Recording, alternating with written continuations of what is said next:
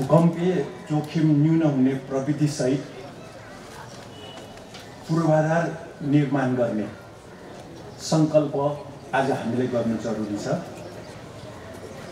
यो पूर्वाधार निर्माण स्थल, निर्माण सामग्री, निर्माणमा लाग्ने प्राविधिकहरू र अन्य श्रमिकहरू, निर्माण स्थलमा बस्ने सर्वसाधारण जनतालाई भूकम्पीय जोखिम हुने प्रविधिबारे, भूकम्पीय जोखिम न्यून हुने प्रविधिबारे जानकारी दिने व्यवस्था हुनुपर्दछ र यो सम्पदा संरक्षणको लागि पनि स्थानीय जनतालाई नै हामीले जिम्मेवारी दिने र शिक्षा दिने काम हामीले गर्नु जरुरी छ र नयाँ पुस्तालाई त यो सम्पदा संरक्षणबारे हामीले पाठ्य पुस्तकमै राखेर शिक्षा दिनु जरुरी छ र बरोबर यो चित्रकला प्रतियोगिता भए जस्तै हाम्रो सम्पदाबारे छलफल र अध्ययनमा हाम्रो नयाँ पुस्तालाई हामीले संलग्न गराउन सक्यौँ भने अहिले हामी यो 400-500 वर्ष 800 वर्ष पुराना हाम्रा पुर्खाका सिर्जना जसरी हामीले देख्न पायौँ र अझ हजारौं वर्ष नयाँ पुस्ताले यसलाई देख्न पाउने स्थिति पाउँछ। र भक्तपुरमा 30-40 वर्ष अघि नक्कली सिमेन्ट बिक्री गराई घर बनाउन दिइयो र त्यसमा उत्पादन गर्ने र त्यो उत्पादनको बिक्री गर्नेलाई राम्रोसँग कारबाही भएको हामीले पाएनौँ। अहिले पनि यस्ता नक्कली सामग्रीहरूको जोखिम बढ्दो छ र यसले हाम्रो संरचनाहरूको निर्माण परिपक्व हुँदैन र काठमाडौँ उपत्यका भूकम्पीय जोखिम क्षेत्र भएकोले यहाँका बासिन्दा भूकम्पको कारण एक दिन एक चिहान हुने जोखिम यथावत छ हाम्रै संरचनाको कारण। त्यसकारण भूकम्पलाई न्यून गर्ने, भूकम्पबाट क्षति न्यून हुने प्रविधि अहिले सबभन्दा महत्त्वपूर्ण हो हाम्रो पूर्वाधार निर्माणमा। यो जोखिम क्षेत्र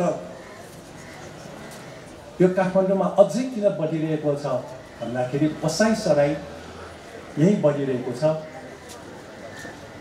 र देशको सन्तुलित विकास गर्ने 753वटै पालिकामा सरकारले भूकम्पीय जोखिम न्यून हुने प्रविधिसहित आवास विस्तार गराउने र बसाइसराई जिल्लाभित्र मात्र सीमित गराउने बन्दोबस्त भयो भने यो काठमाडौँ उपत्यकामा अब केही गरी भूकम्पबाट एक च्यान भए पनि सबै मान्छेको मृत्यु हुने, किन यो जोखिम क्षेत्र हो, कुनै दिन यो हुने सम्भावना छ। निर्वाचनमा जितेर संसद सदस्य हुने, मन्त्री हुने, प्रधानमन्त्री हुनेहरू आफ्नो हात ठुलोलाई विकास नगरी समग्र प्रदेशको राजधानीमा घर जग्गा जोडेर बसाइसराई गरेको हुँदा मुख्य सचिव, सचिव, सहसचिव र अन्य अधिकारीहरू पनि यतैतिर बसाइसराई भइरहेको हामी पाउँछौँ र यसले काठमाडौँ उपत्यकामा पहिला खाद्यान्न यहीबाट पुग्छ।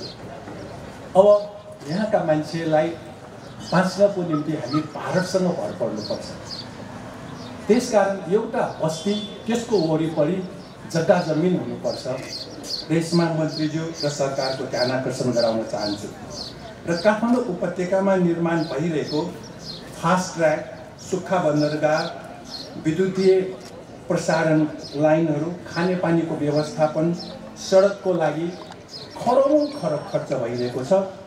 यो खर्चलाई हामीले देशका विभिन्न जिल्लामा पूर्व, पश्चिम, उत्तर, दक्षिणमा विश्वविद्यालयहरू स्थापना गर्ने, अस्पतालहरू स्थापना गर्ने, विद्यालय, सडक र अन्य पूर्वाधारहरू निर्माण गरेको खण्डमा देशको सन्तुलित विकास हुनेछ र भूकम्पीय जोखिमबाट मान्छेको मृत्यु पनि न्यून हुनेछ।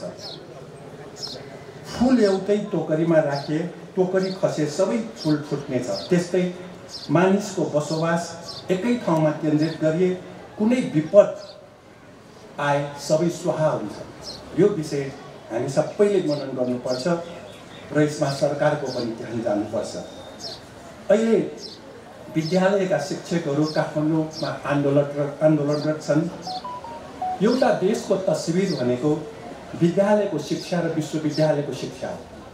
त्यो देश कस्तो छ भन्ने कुरा त्यहाँको विद्यालयको शिक्षा र विश्वविद्यालयको शिक्षा कस्तो छ भन्नेबाट देखाउँछ। देशभरि उत्पादन श्रमसँग जोडिएको विद्यालय शिक्षा र विश्वविद्यालय शिक्षा दिनु जरुरी छ।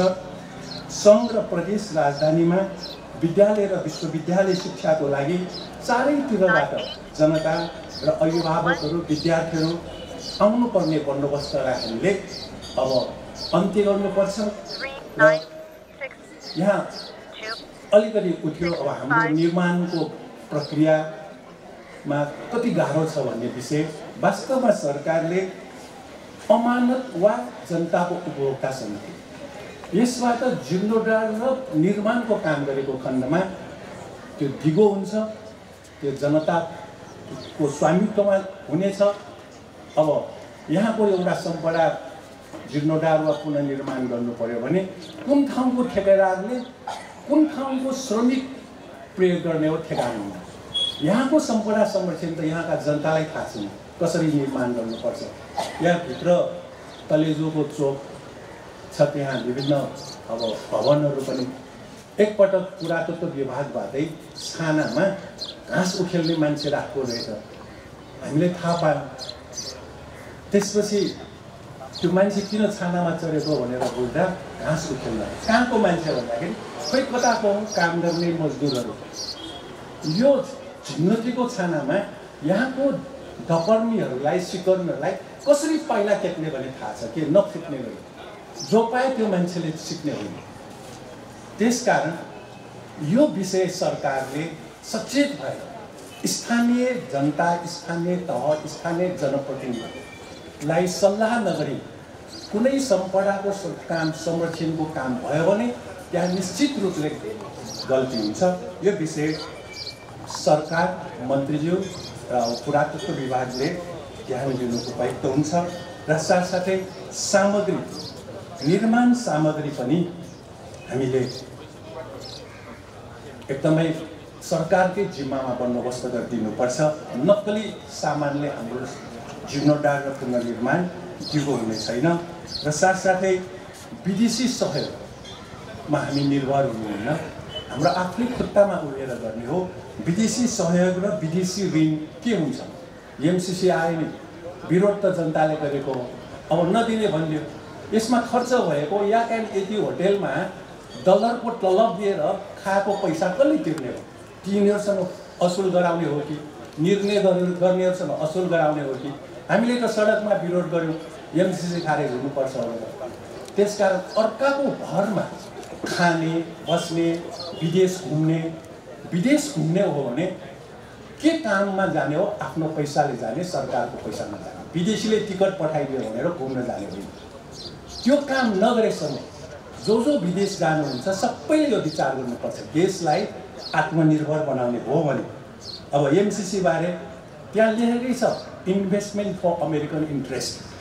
अमेरिकी स्वार्थको लगानी हो, अर्काको स्वार्थको लागि लगानी नेपालमा प्रयोग गर्ने हामीले लेखेकै छ नि, गुगलमा हेर्नु होला, त्यहाँ लेखा छ अमेरिकी नीति र कानुन पालना गर्नुपर्छ। एमसिसीमा लेखा छ यो सैन्य सङ्गठन हो भनेर। अनि यो त बिजुली बेच्न पाइन्छ भनेर पास गयो हो, पैसा नदिने भएपछि कति गाह्रो हो। त्यसकारण कसैको भरमा हामीले काम गर्ने होइन, नेपाली जनता मिलेर नेपाललाई अगाडि बढाउने हो। जनप्रतिनिधिहरू, सरकार यस नेतृत्व गर्ने हो विकास निर्माणको। र साथसाथै अब भारतबाट बिजुली ल्याएर लोड सेडिङ अन्त्य गर्यो। अब भारतले बिजुली माग अनुसार नदिएपछि लोड सेडिङ सुरु भयो।